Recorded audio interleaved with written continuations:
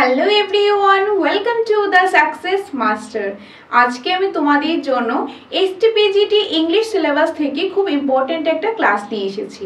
তো PGT English সিলেবাসের মধ্যে তোমরা জানো হিউজ একটা সিলেবাস কিন্তু রয়েছে, যেখানে পোয়েট্রি রয়েছে, তারপর যেরকম নোবেল রয়েছে, দেন ড্রামা রয়েছে, রিটোরিক প্রসিড, আরও অনেক কিছু পার্ট কিন্তু রয়েছে। আর পোয়েট্রির কথা যদি আমি স্পেসিফিক্যালি বলি, সেখানে কিন্তু 18টা পোয়েট্রি রয়েছে। তো সেই 18টা পোয়েট্রি থেকে আজকে আমি করাবো তোমাদের প্রথম যে পোয়েট্রি রয়েছে সেটা করাবো, যেটা হলো সনেট নাম্বার 18। তো আজকে আমরা এই যে কবিতাটা রয়েছে, এই কবিতাটা আমরা কিন্তু একদম লাইন বাই লাইন জিনিসটা বুঝবো। তো আজকে তোমাদের কবিতাটা আমি বুঝিয়ে দেবো, আশা করি তোমাদের ভালো লাগবে। তোমরা অনেকেই যে ফোন করেছিলে বা মেসেজ করেছিলে পিজিটি কিছু ক্লাসেস দেওয়ার জন্য, অ্যাকচুয়ালি এত টাইম হয়ে উঠছে না যে তোমাদের কি ক্লাসেসগুলো আমরা দেবো, বাট যাই হোক তোমরা যেহেতু ডিমান্ড করেছো, পূরণ তো করতেই লাগে, সেই জন্য আজকে তোমাদের জন্য পিজিটি ইংলিশ পোয়েট্রির যে প্রথম পয়েন্টটা রয়েছে, পোয়েট্রি রয়েছে, সেই পোয়েট্রিটা আজকে তোমাদেরকে আমি করাবো। আর আজকে ক্লাসে কিন্তু পোয়েট্রিটা আমরা লাইন বাই লাইন বুঝবো, আর সাথে সাথে আমি বেঙ্গলি ট্রান্সলেশন দিয়ে দিয়েছি, যাতে করে তোমাদের সুবিধা হয় বুঝতে। আর তোমরা যদি চাও তোমাদের ইংলিশ পিজিটি মেটেরিয়ালস প্রয়োজন, আমাদের কোচিং সেন্টারে এসে তোমরা দেখে যদি ভালো লাগে তোমরা নিতে পারো। ফুল সিলেবাসের অ্যাকর্ডিং কিন্তু আমাদের কাছে মেটেরিয়ালসটা রয়েছে, যেখানে তোমরা একদম পোয়েট্রি থেকে শুরু করে, পোয়েট্রির ক্ষেত্রে শুধু পোয়েট্রি নয়, এখানে আজকে ক্লাসে কিন্তু আমি পোয়েট্রিটা বুঝিয়ে দেবো। আমি কিন্তু এখানে ক্রিটিক্যাল অ্যাপ্রিসিয়েশন বা সেন্ট্রাল আইডিয়া এগুলি কিন্তু এখানে আমি ইনক্লুড করিনি, নোটসের মধ্যে আছে, সেখানে তোমরা ডিটেলস পেয়ে যাবে, এমসিকিউস প্র্যাকটিসও পেয়ে যাবে। আজকে ক্লাসে শুধুমাত্র আমি যে পোয়েট্রি রয়েছে সেটাই লাইন বাই লাইন বুঝিয়ে দেবো। তো আশা করি ভালো লাগবে। আর ক্লাসের শেষে অবশ্যই তোমরা কমেন্টের মাধ্যমে জানাবে যে আমার আজকের ক্লাসটা তোমাদের কিরকম লাগলো। যদি কোনো সাজেশন থাকে সেটাও তোমরা কমেন্ট করতে পারো, আর যদি তোমাদের মনে হয় যে আরেকটু ইমপ্রুভ আমার করাটা দরকার, সেটাও কিন্তু কমেন্টের মাধ্যমে অবশ্যই জানাবে, কারণ পিজিটি থেকে কিন্তু আজকে আমি প্রথম ক্লাসেই তোমাদের জন্য নিয়ে এসেছি। ওকে, চলো এখন দেরি না করে আজকের ক্লাসটা আমি শুরু করছি। সো পিজিটি ইংলিশের পোয়েট্রির প্রথম যেটা রয়েছে সেটা হলো সনেট নাম্বার 18। এখন সনেট নাম্বার 18 জানতে গেলে, যেটা কিনা আমরা শ্যাল আই কম্পেয়ার দি এটা হিসাবে আমরা চিনে থাকি, সর্বপ্রথম আমাদেরকে একটা সনেট সম্পর্কে একটা ধারণা থাকতে লাগবে। হয়তো তোমরা জানো অলরেডি আমরা কিন্তু এগুলি অনার্সে বলো মাস্টার্সে বলো আমরা অনেকগুলি সনেটের ব্যাপারে পড়েছি, সনেটটা কি সেটাও আমরা দেখেছিলাম, হয়তো তোমরা জানো, বাট আমি আরেকটু রিমাইন্ডার দিয়ে দিচ্ছি। প্রথমত what is sonnet? Okay, sonnet কি? সনেট হলো চতুর্দশপদী কবিতা, যেটা লাইন থাকে, 14টা লাইন থাকে। ওকে, 14টা লাইনের যে কবিতাগুলি রয়েছে, যেগুলিকে আমরা চতুর্দশপদী কবিতা কিংবা সনেট বলে থাকি, এগুলির মধ্যে কিন্তু রাইমিং স্কিমটাও থাকে।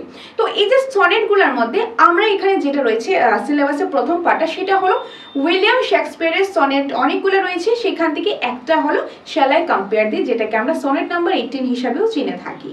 তো টোটাল উইলিয়াম শেক্সপিয়ার কিন্তু যে 154টা 154 সনেট কিন্তু তিনি লিখেছেন। তো সেই 154 সনেট থেকে আমরা আজকে পড়ব সনেট নাম্বার 18, মানে তিনি তো সনেট নাম্বার 1 একটা, 2 একটা, 3 একটা, এরকম করে টোটাল 154টা সনেট কিন্তু তিনি লিখে গেছেন উইলিয়াম শেক্সপিয়ার। তো এই সেই 154টা থেকে আজকে পড়ব সনেট নাম্বার 18। আর উইলিয়াম শেক্সপিয়ারের যে সনেটগুলো রয়েছে যে 154টা, সেটাকে 3টা ভাগে ভাগ করা যায়। ওকে, 3টা ভাগে কি কি? First one the fair youth sonnets, যেটা হলো সনেট নাম্বার 1 থেকে সনেট নাম্বার 126, মানে প্রথম 126টা সনেটকে প্রথম ভাগে ভাগ করা হয়েছে, যেটাকে বলা হয় ফেয়ার ইউথ সনেটস। তারপর সেকেন্ড পার্টে রয়েছে দ্য ডার্ক লেডি সনেটস, আর যেটা হলো সনেট নাম্বার 127 থেকে 152 পর্যন্ত। আর লাস্ট পার্টটা হলো দ্য গ্রিক সনেট, যেটা হলো সনেট নাম্বার 153 এবং 154। ওকে, তো এই যে 154টা সনেট রয়েছে, মানে 14 লাইনের যে কবিতাগুলি রয়েছে, চতুর্দশপদী কবিতা যেটাকে আমরা বলে থাকি, এখানে আমরা উইলিয়াম শেক্সপিয়ারটা পড়ছি। উইলিয়াম শেক্সপিয়ার টোটাল রয়েছে 154টা সনেট, তার মধ্যে 154টাকে 3টা ভাগে ভাগ করেছে। প্রথম পার্টে রয়েছে 126টা, প্রথম 126টা, তারপরে পার্টে রয়েছে 127 থেকে 152টা, আর লাস্টের পার্টটাতে রয়েছে 2টাই সনেট আছে, একটা হলো সনেট নাম্বার 153 আর একটা 154। তো এই 3টা ভাগে ভাগ কিন্তু করা রয়েছে। তার মধ্যে এখন ফেয়ার ইউথ সনেট কাকে বলে, বা ডার্ক লেডি কোনগুলা সনেট, বা গ্রিক সনেট কোনগুলা, এগুলি যেহেতু আমাদের এই পার্টটাতে নেই, তার জন্য এখানে আমি আর ডিসকাস করছি না। ওকে, যেহেতু আমাদের কবিতাটাই আজকে মেইন উদ্দেশ্য, তো কবিতাটা আমি ডিসকাস করবো। যেহেতু কবিতাটা সনেট, সেই কারণে আমি সনেট একটু জাস্ট শর্টে আমি বলে দিয়েছি। সনেট হলো যে 14 লাইনের যে কবিতাগুলিকে চতুর্দশপদী কবিতা বা সনেট আমরা বলে থাকি, তো উইলিয়াম শেক্সপিয়ারের 154টা সনেট রয়েছে, যেটাকে 3টা ভাগে ভাগ করেছে। আর সেই 3টা ভাগের মধ্যে প্রথম পার্টের মধ্যে অর্থাৎ দ্য ফেয়ার ইউজ সনেট, এই পার্টের মধ্যে যে 18 নম্বর যে সনেটটা রয়েছে, 18 নম্বর সেই সনেটটাই আজকে আমরা পড়বো, যেটা আমরা সনেট নাম্বার 18 কিংবা আমরা শ্যাল আই কম্পেয়ার দি নামেও আমরা চিনে থাকি। এটাই আমাদের পিজিটি সিলেবাসের প্রথম পোয়েট্রিটা, সেটাই এখন আমরা পড়বো। ওকে, আশা করি এতটুকু ক্লিয়ার হয়েছে। এখন চলো নেক্সট আমরা যে পোয়েমটা রয়েছে সেই পোয়েমটা দেখি। এখন এই পোয়েমটা দেখার আগে আমাদেরকে একটা জিনিস মাথায় রাখতে লাগবে। উইলিয়াম শেক্সপিয়ার তিনি কিন্তু ইন্ডিয়ান না, তো আমাদের কিন্তু এই পোয়েমের মধ্যে যত পার্সপেক্টিভ রয়েছে শুধু ইন্ডিয়ার কথা চিন্তা করে বলে হবে না, কারণ তিনি কি যে ওয়েস্টার্ন কান্ট্রি তিনি ছিল উইলিয়াম শেক্সপিয়ার। তো তার যে সিচুয়েশনটা বা আমাদের ইন্ডিয়ান সিচুয়েশন বা জিওগ্রাফিক্যাল যদি বলি তাহলে কিন্তু সেম না। আমাদের এখানে ধরো আমি যদি ত্রিপুরার কথাই বলি, গরমটা বেশি থাকে। এখন ওয়েস্টার্ন কান্ট্রিতে দেখা গেল সেখানে কিন্তু গরমটা খুব একটা বেশি থাকলো না, সবগুলি না বাট স্পেসিফিক কিছু রয়েছে। তো উইলিয়াম শেক্সপিয়ার যেখান থেকে বিলং করে, তিনি যখন লিখেছে তার সারাউন্ডিং থেকে তার যে জিওগ্রাফিক্যাল এরিয়া ছিল সে তিনি লিখেছে। এখন তিনি তার কাছে কি ছিল, তার কাছে কিন্তু তখন ওইখানকার শীতটাই বেশি, ঠান্ডাটাই বেশি, গরমটা খুবই কম। তো যেহেতু গরমটা খুবই কম, তারা একটু গরমের জন্য মানে সানলাইটের রোদের জন্য গরমের জন্য কিন্তু তারা অনেক বেশি যেহেতু সবসময় সারা বছর ঠান্ডা থাকে, গরমটা খুব কম থাকে, তাহলে কি হবে, গরমটাকে তারা খুব বেশি ভালোবাসবে। আমাদের এখানে কি হয়, গরম লাগছে ভালো লাগে না, ঘেমে যাচ্ছি, এটা কিন্তু আমাদের কাছে ভালো লাগে না। ওই আমরা অপেক্ষা করি ঠান্ডাটা, যেহেতু আমাদের 3-4 মাস সময় থাকে, আমরা কিন্তু কবে ডিসেম্বর আসবে, কবে ঠান্ডা আসবে, কবে জানুয়ারি আসবে, আমরা কিন্তু এরকম একটা অপেক্ষা করি। গরমটা যেহেতু বেশি হয় আমাদের ভালো লাগে না। তো তাদের কাছেও কিন্তু ওই রকম যে শীতটা তাদের আর ভালো লাগে না, সবসময় বরফ পড়তে থাকে, ঠান্ডা লাগে, তো তারা কবে গরমটা আসবে সেটার জন্য ওয়েট করে থাকে। তো তাদের কাছে গরমটা মানে সামার ডেজটা মানে খুব স্পেশাল কিছু। তো এই জিনিসটা কিন্তু মাথায় রাখবে, কারণ কবিতাটা যখন পড়বো এই জিনিসটা কিন্তু আমাদের মানে লিঙ্ক করে পড়তে লাগবে। তো এই যে মনে রাখবে, উইলিয়াম শেক্সপিয়ার কিন্তু গরমটাকে অ্যাজ এ কমপ্লিমেন্ট মানে সামার ডেজটাকে অ্যাজ এ কমপ্লিমেন্ট করেছে। কাকে করেছে, কি করেছে, যখন আমরা কবিতাটা পড়বো আস্তে আস্তে জিনিসটা বুঝতে পারবো।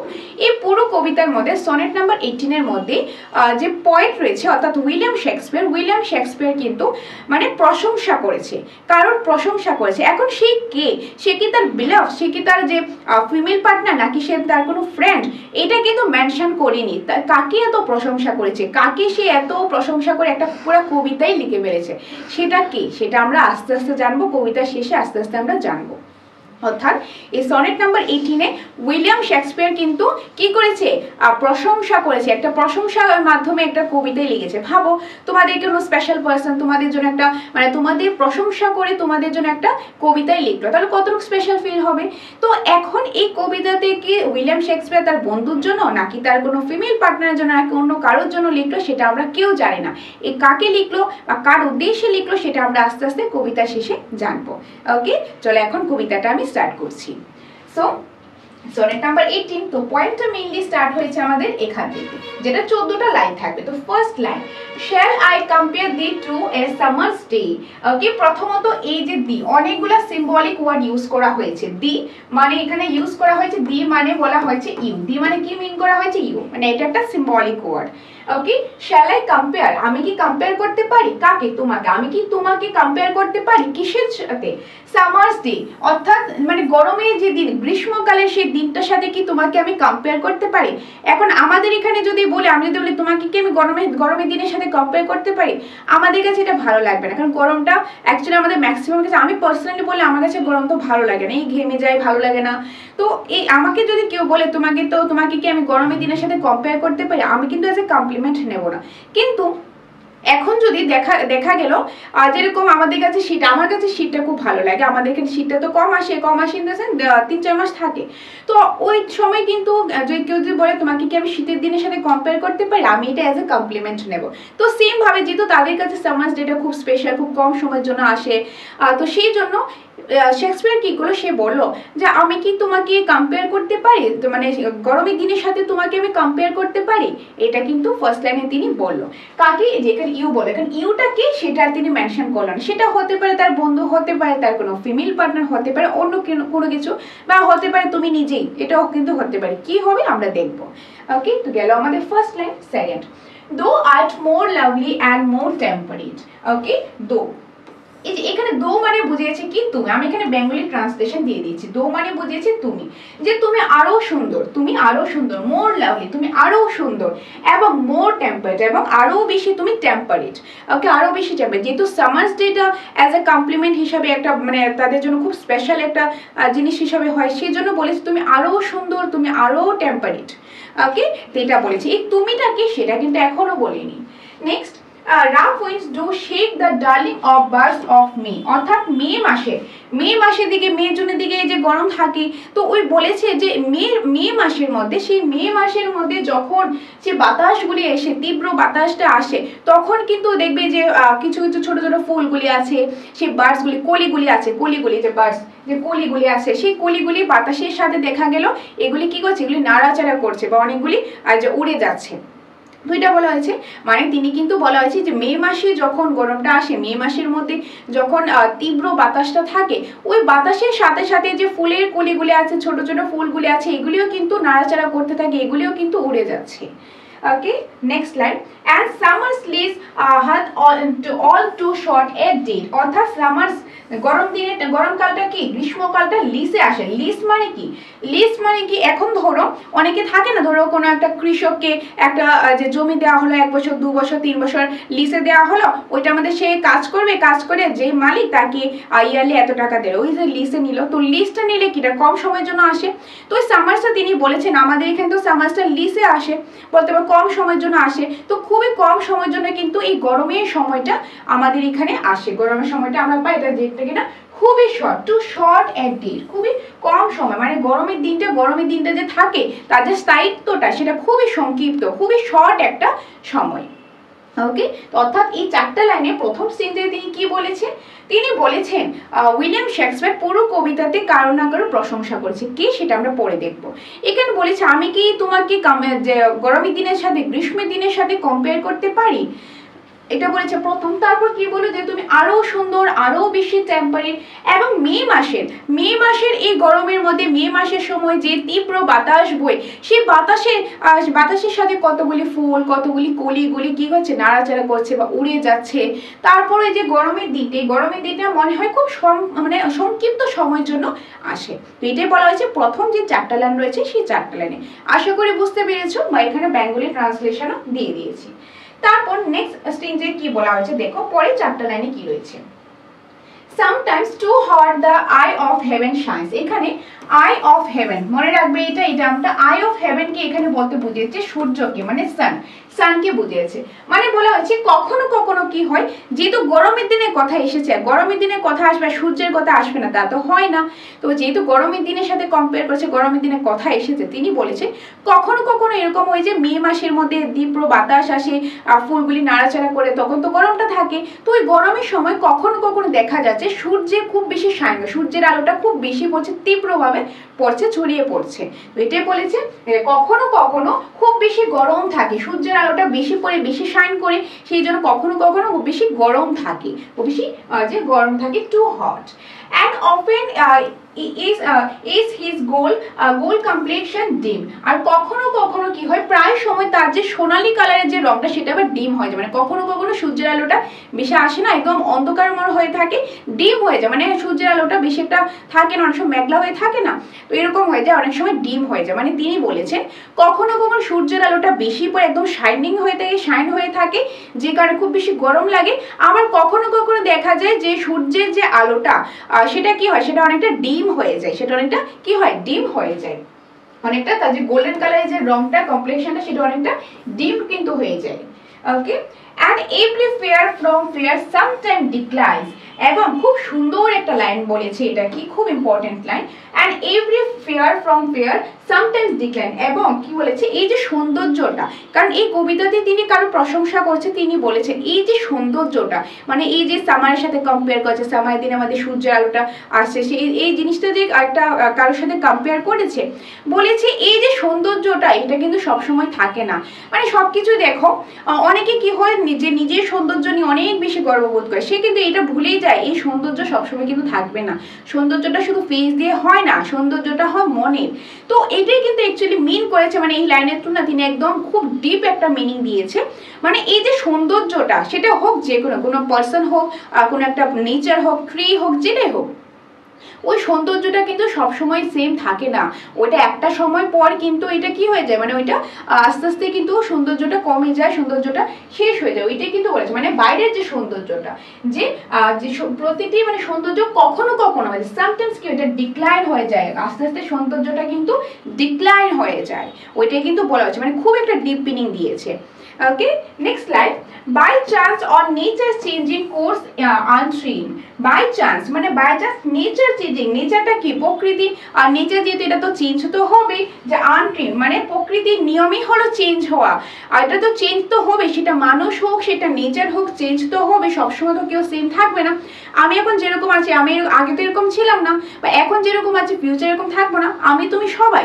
আর সবটার ক্ষেত্রে একটা গাছ আমি লাগালাম, এখন ছোট্ট একটা গাছ চারা লাগালাম, এটা তো চারা থাকবে না, একটা সময় হয়তো বা চারাটা যদি এটা ভালোভাবে হয় বড় হয়ে একটা গাছ হলো, বা যদি না হয় এটা মরে যাবে, তো সেম তো থাকবে না। তো এটাই বলেছে নেচারের নিয়মই হলো, প্রকৃতির নিয়মই হলো এটা চেঞ্জ হবে, এটা কি হবে যে আনট্রিম মানে চেঞ্জ হবে। আর এইটার যে সৌন্দর্যটা সেটা হোক মানুষের হোক প্রকৃতি, এই সৌন্দর্য সবসময় সেম থাকে না, একটা সময় পর আস্তে আস্তে সেটা ডিক্লাইন হয়ে যায়, আস্তে আস্তে সেটা কমে যায়। ওকে, এটাই বলা হয়েছে এই চারটা লাইনে। তারপর কি বলা হয়েছে দেখো, but thy eternal summer shall not fade. thy এখানে thy মানে আবার তোমারই বুঝিয়েছে, মানে ইউ বুঝিয়েছে, কিন্তু সে বলেছে সৌন্দর্য সবসময় সেম থাকে না, আস্তে আস্তে এটা কমে যায়, যে প্রকৃতির নিয়মই হলো যে চেঞ্জ হওয়া, পরিবর্তনশীল, প্রকৃতির নিয়মই হলো পরিবর্তনশীল। কিন্তু তার পরের লাইনে তিনি বলছেন কিন্তু সব সৌন্দর্য শেষ হয়ে গেল, তোমার সৌন্দর্য কখনো শেষ হবে না।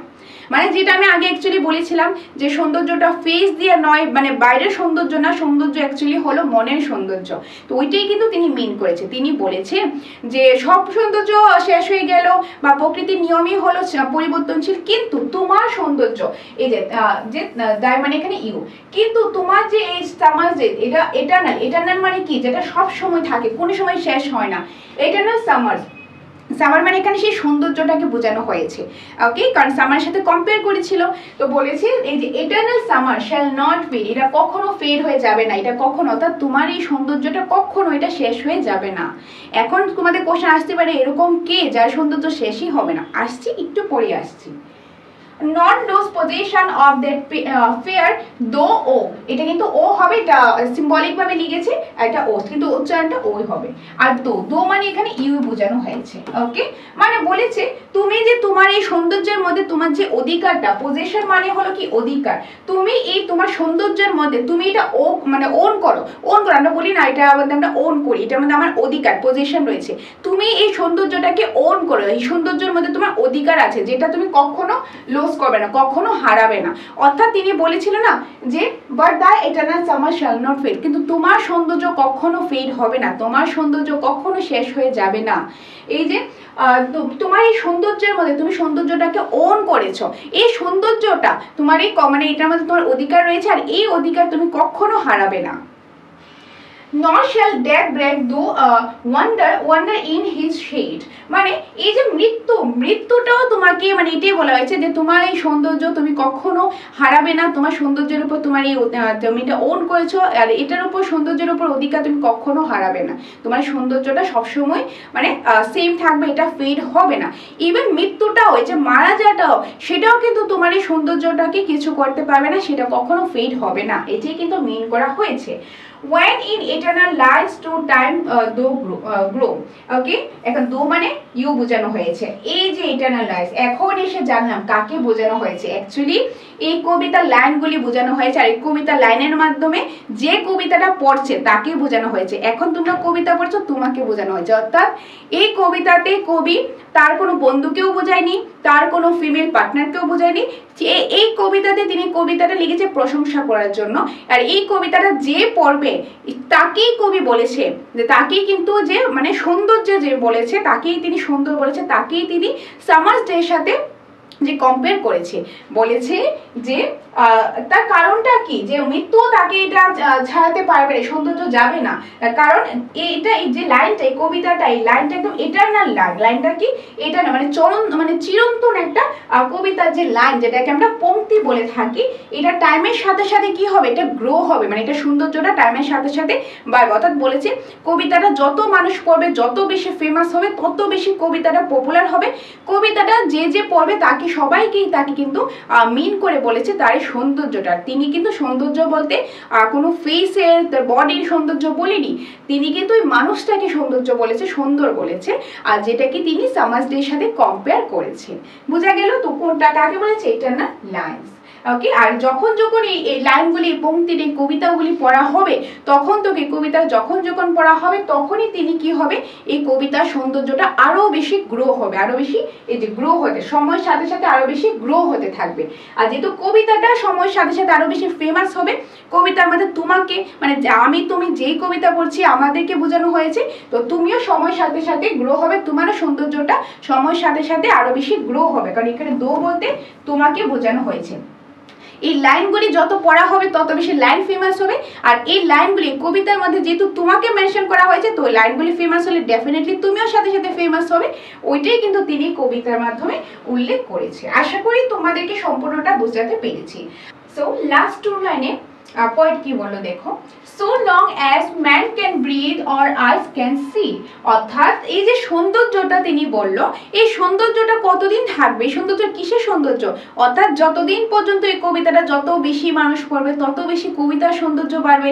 আর যেহেতু কবিতাতে তোমাকে মেনশন করা হয়েছে, তো তোমার সৌন্দর্য বাড়বে।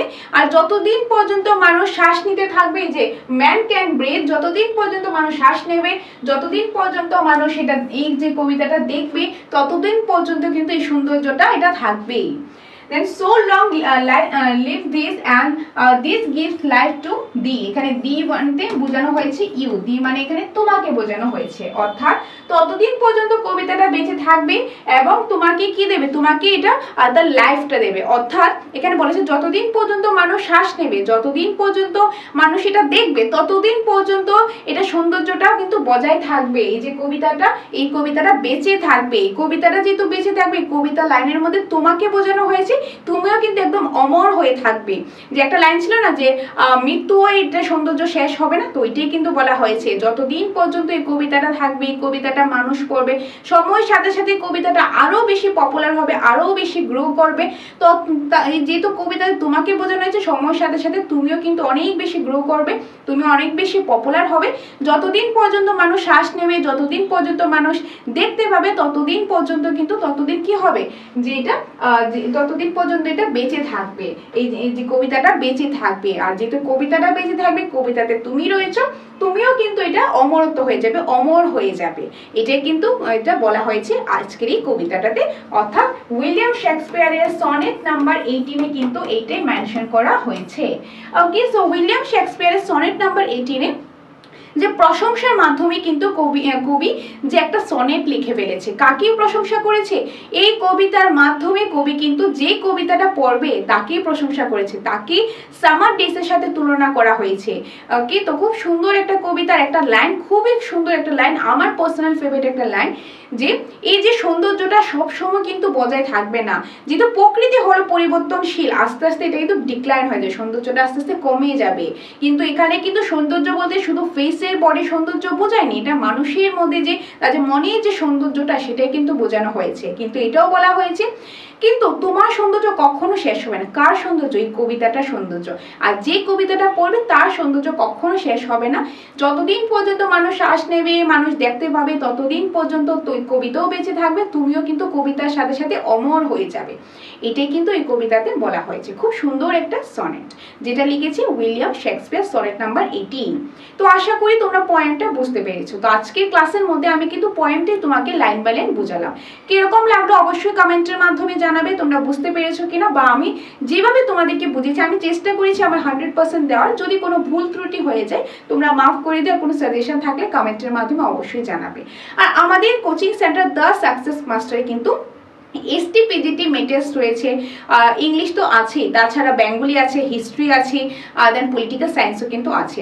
আর ইংলিশের ক্ষেত্রে পোয়েম যে শুধুমাত্র এতটুকু তা কিন্তু নয়, প্রতিটা পোয়েট্রির ক্ষেত্রে প্রথমে সেই পোয়েট্রির টেক্সটটা দেওয়া হয়েছে, তারপর তার যে সামারিটা, তার যে ক্রিটিক্যাল অ্যাপ্রিসিয়েশন বা ইমেজারিস রয়েছে, তার যে সাবস্টেন্সটা রয়েছে সেগুলি একদম এক্সপ্লেন করে ডিটেলভাবে দেওয়া আছে। তারপর প্রচুর পরিমাণে কিন্তু এমসিকিউস রয়েছে, তোমাদেরকে আমি একটু দেখিয়ে দিচ্ছি। এই ধরো আমি তোমাদের একটা পার্টি দেখাচ্ছি, এটা হলো শুধুমাত্র পোয়েট্রি যেহেতু টোটাল কিন্তু 18টা পোয়েট্রি রয়েছে।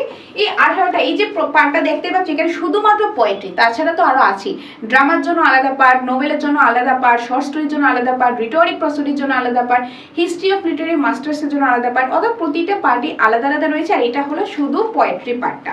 এখানে কিন্তু যেরকম ধরো প্রথমে রয়েছে যে পোয়েট্রিটা যেটা এখন বুঝালাম, তারপর তার সাবস্টেন্স, তারপর যেরকম রয়েছে ক্রিটিক্যাল অ্যাপ্রিসিয়েশন, তারপরে ইমেজারিজ, ইনশাআল্লাহ compare thee to summer's day, এটা ইমেজারিজটা রয়েছে। তারপর রয়েছে এমসিকিউস প্র্যাকটিস পারপাসের জন্য প্রচুর পরিমাণে রয়েছে। তো প্রথমেই সেই এক্সপ্লেনেশন দেন এমসিকিউসটা কিন্তু রয়েছে। তো যাদের যাদের প্রয়োজন তোমরা এসে দেখো, দেখে যদি তোমাদের ভালো লাগে তবে তোমরা নিতে পারো।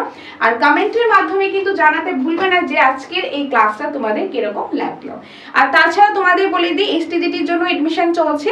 আর নতুন সিলেবাস, এসটিজিটির সিলেবাস পরিবর্তন হয়েছে, পিজিটি তো হয়নি, এসটিজিটি সিলেবাস পরিবর্তন হয়েছে। তো যারা যারা তোমরা নতুন সিলেবাসের অ্যাকর্ডিং ক্লাসেস করতে চাও, মেটেরিয়ালসের প্রয়োজন, মেটেরিয়ালসটা রেডি হচ্ছে, একটু সময় তো লাগবে, কারণ জাস্ট সিলেবাসটা চেঞ্জ হলো, যেহেতু চেঞ্জ হয়েছে এখনো এত সময় তো হয়নি, জাস্ট চেঞ্জ হলো, তো কিছু সময় আমাদের লাগবে, সেই মেটেরিয়ালস আমরা রেডি করে ফেলবো। আর নেক্সট মান্থ থেকে ক্লাসও শুরু হয়ে যাচ্ছে, নতুন সিলেবাসে অ্যাকর্ডিংলি ক্লাসেস পেয়ে যাবে। আর তোমরা যে ইকোনমিক্স বা পলিটিক্যাল সায়েন্স নিয়ে চিন্তা করবে না, কারণ সেগুলির সাবজেক্ট ওয়াইজ ক্লাসেস তোমাদেরকে প্রোভাইড করা হবে। আর ডিটেল ডিসকাশন করা হবে, ক্লাস নোটস প্রোভাইড করা হবে, প্র্যাকটিস করানো হবে। আর অনলাইন কোর্সও কিন্তু অফলাইন কোর্সের মাধ্যমে দিয়ে দেওয়া হবে। তো এসটিজিটির ক্ষেত্রে অনলাইন কোর্সও আছে, অফলাইনও আছে। আর অফলাইন করলে অনলাইনটা এজ এ ফ্রি পেয়ে যাবে। ওকে, তো আর মেটেরিয়ালস হলে মেটেরিয়ালসটাও পেয়ে যাবে। তাছাড়া ট্যাট 1 ট্যাট 2 এগুলো তো আছেই, জেআরবিটি নোটসও কিন্তু অ্যাভেলেবেল আছে। তো যাদের যেটাই প্রয়োজন আমাদের সেন্টারে এসে তোমরা নোটসগুলো দেখতে পারো, দেখে যদি ভালো লাগে তবেই তোমরা নিতে পারো। ওকে, তো এটাই ছিল আজকের ইম্পর্টেন্ট ক্লাসটা, পিজিটি থেকে ফার্স্ট যে পয়েন্টটা রয়েছে সেটা। তো দেখা হচ্ছে তোমাদের সাথে পরবর্তী অন্য কোনো একটা ক্লাস। আর কমেন্টের মাধ্যমে জানাবে নেক্সট তোমরা কোন টপিকটা থেকে ক্লাস চাও। ওকে, সো দেখা হচ্ছে পরের ক্লাসে। ধন্যবাদ।